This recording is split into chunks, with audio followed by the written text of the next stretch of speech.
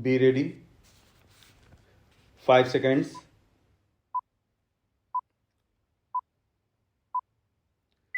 Start. After conclusion of the prosecution, evidence, further statements of the accused under section 313 CRPC were recorded. The accused denied the allegations against them. The accused examined DW1 in their defense. On appreciation of evidence, the learned trial court convicted A1 appellant herein. The judgment and order of conviction and sentence passed by the learned trial court has been confirmed by the High Court by the impugned judgment and order. Hence, the present appeal at the instance of the appellant. The learned counsel has appeared on behalf of the appellant accused, and the learned counsel has appeared on behalf of the state. Learned counsel appearing on behalf of the accused has vehemently submitted that in the present case the prosecution case is based solely on the circumstantial evidence. It is submitted that it is settled law that before convicting an accused, each link in the chain ought to be established such that it leads to the irresistible conclusion of guilt of the accused. It is submitted that in the present case the prosecution has not established that the death of the deceased was homicidal. It is submitted that as such the doctor who performed the post mortem was not able to give any definite opinion as to the cause of the death.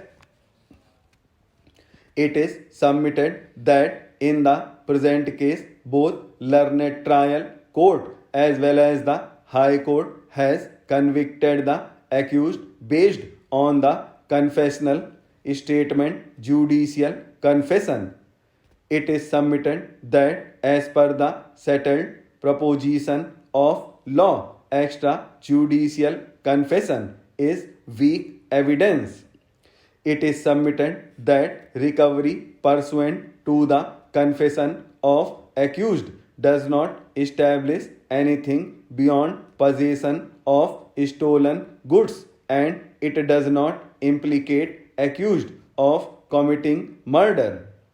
It is submitted by the learned counsel appearing on behalf of the accused that in the present case the recovery of the dead body from the place shown by A1 and that recovery of car without engine and gearbox from the place identified by A1 and thereafter recovery of gearbox of the car from PW16 cannot be believed as the same was on the basis of the confessional statement.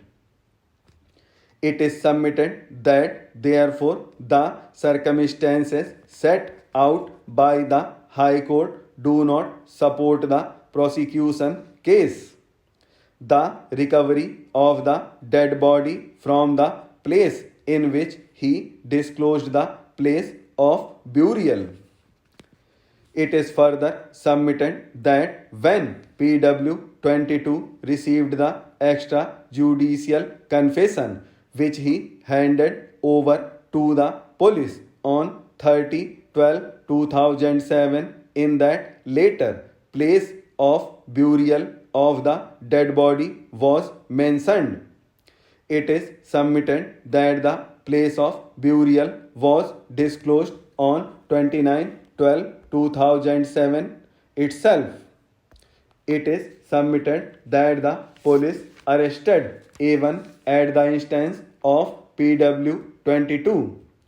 It is submitted that as such the alleged extrajudicial confession later addressed to PW22 received is not believable at all, and as such the courts below has not believed the same. It is submitted that the said letter has been rejected by the High Court. It is submitted that therefore the entire investigation can be said to be tainted and cannot be relied upon. It is vehemently submitted that the place of burial was not discovered from A1's confessional statement, but it was discovered already from A2's confession and extrajudicial confession. It is submitted that therefore the appellant accused could not have been convicted on the basis of recovery of the dead body on the alleged disclosure made by the A1. Now, so far as the recovery of the car without engine and gearbox recovered from the place identified by A1 is concerned, it is submitted that for the aforesaid the High Court has relied upon PW16 evidence.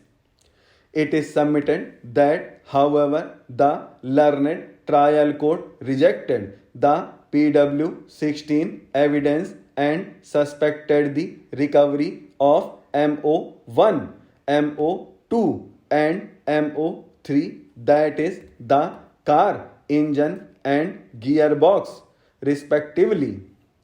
It is submitted that while accepting PW16 evidence, the High Court has failed to consider and discuss the evidence recorded by the learned trial court. Now, so far as the recovery of engine and gearbox of the car recovered from PW17 is concerned, it is submitted that all the witnesses in connection with the recovery of stolen objects like PW17 and PW23 did not support the recovery of the car MO1.